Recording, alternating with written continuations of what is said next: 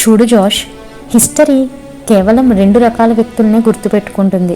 అందులో ఒకటి ఓడిపోయిన వాడిని, రెండవది గెలిచిన వాడిని. బట్ అది గుర్తుపెట్టుకునేది ఎవరినో తెలుసా? పోరాడుతున్న వాడిని. దాని అర్థం నీ స్టోరీ ఇంకా పూర్తి కాలేదు and it is still going. నీకు ఇంకా వయసు ఉంది. 0 నుండి కూడా రీస్టార్ట్ చేసే జ్ఞానం దేవుడు నీకు ఇచ్చాడు. అలాంటప్పుడు అసలు ఎందుకు ఇలా డీలా పడిపోతున్నావు? నీకైనా తెలుస్తుందా? ఇప్పుడు నువ్వు ఎలాంటి పొజిషన్లో ఉన్నావంటే, నిన్ను వెంబడిస్తున్న యువత ఒక పక్క, నిన్ను నమ్మి నీకు ఓటు వేసిన ప్రజలు మరో పక్క ఉన్నారు.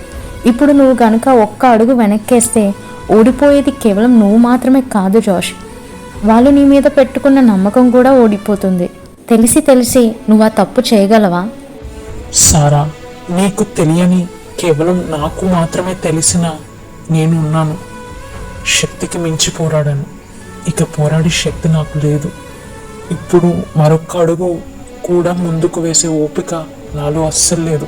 సీరియస్లీ అలసిపోయాను సారా.